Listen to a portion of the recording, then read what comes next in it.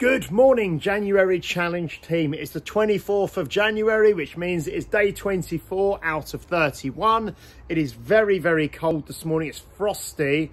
I mean, yeah, very frosty and icy. But it's a gorgeous day. It's now about, what is it now? About 9:30. I've had a good day so far. I got to the gym about 6:45 this morning.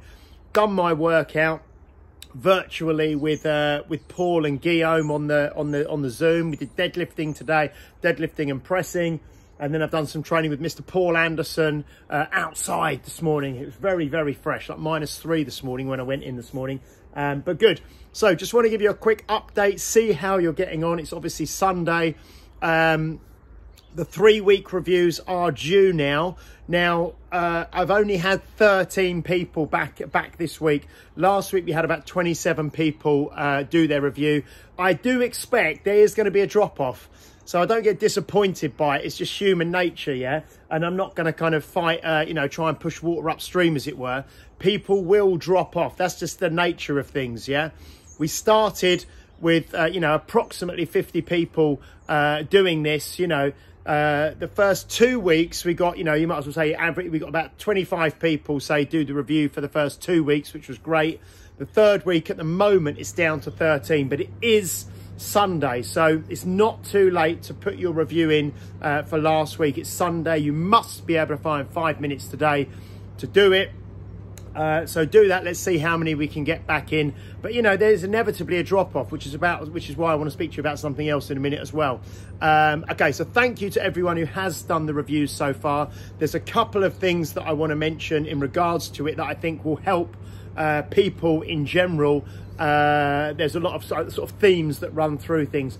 First one of them being sleep. Okay, so I know a lot of you struggle, or a number of you struggle with sleep and getting a good night's sleep and that sort of thing. It's getting cold out here again. Go on. I mentioned to Helena on the group having a kind of a bedtime routine is as much. I know some people may have tried this have issues for years and years and years, and it's kind of an ongoing thing. But sometimes it's worth going back to the basics. You need to limit your exposure to technology and screens and things like that at least an hour, or up to, you know, really at least an hour if possible, if you have trouble getting to sleep. You know, so things like TVs, phones, tablets, that sort of thing. Worst thing you can do is lay in bed with your phone, okay, scrolling through things. It's terrible. Your mind's all stimulated and your eyes are stimulated as well. You need to kind of try and do away with the technology before bed. Also, don't eat or drink anything. Certainly don't eat anything, probably at least, you know, 2 hours before bed, yeah?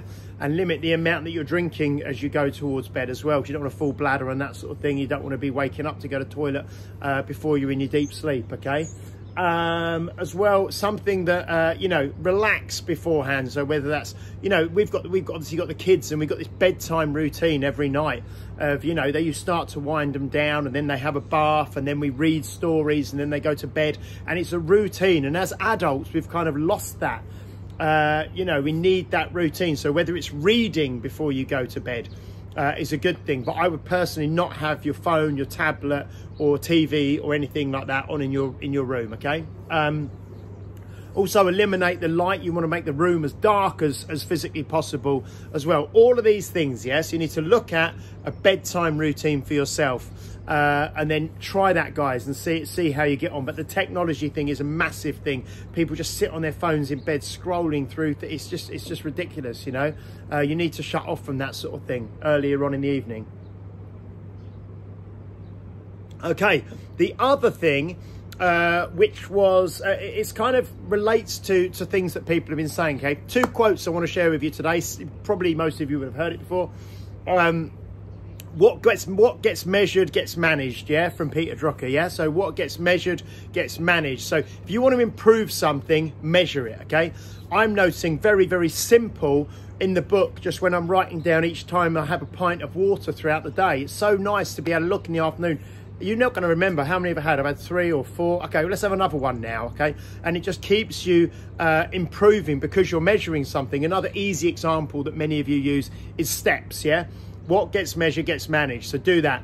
And the other thing is plan the work and work the plan. Okay. Today I went into the gym. I knew what I wanted to do for deadlifts. Okay. I was going to do 5 reps at 70 kilos to warm up, 5 reps at 100 kilos to warm up, and then 5 sets of 3 with 112.5. Okay. And that's what I did because it was written down in the book. Okay. It was written down in the book before I even got in the gym because I was following, I planned the work and I worked the plan. Okay. So whatever that is, yeah.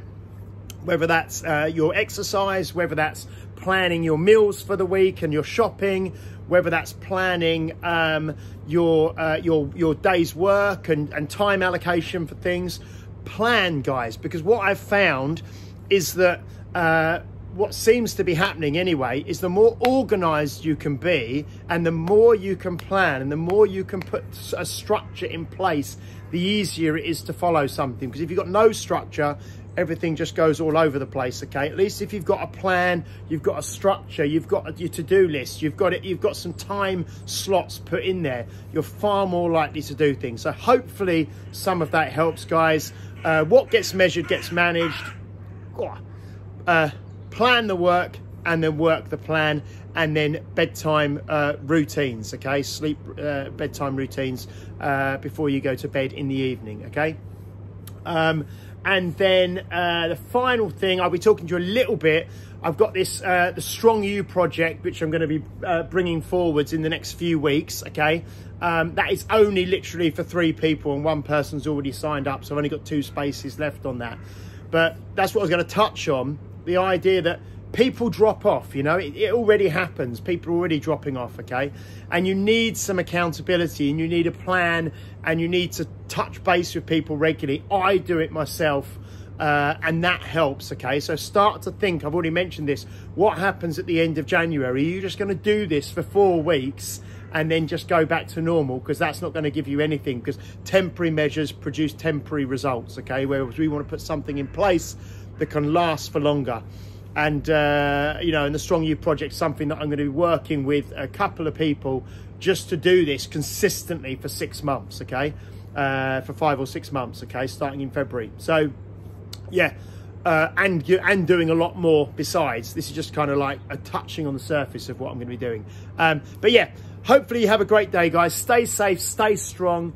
Get out and do your list, do your exercise, but be careful because it's frosty and it's slippery, okay? Stay safe, stay strong, stay productive, stay effective. Plan the work and work the plan. Take care, guys. Bye-bye.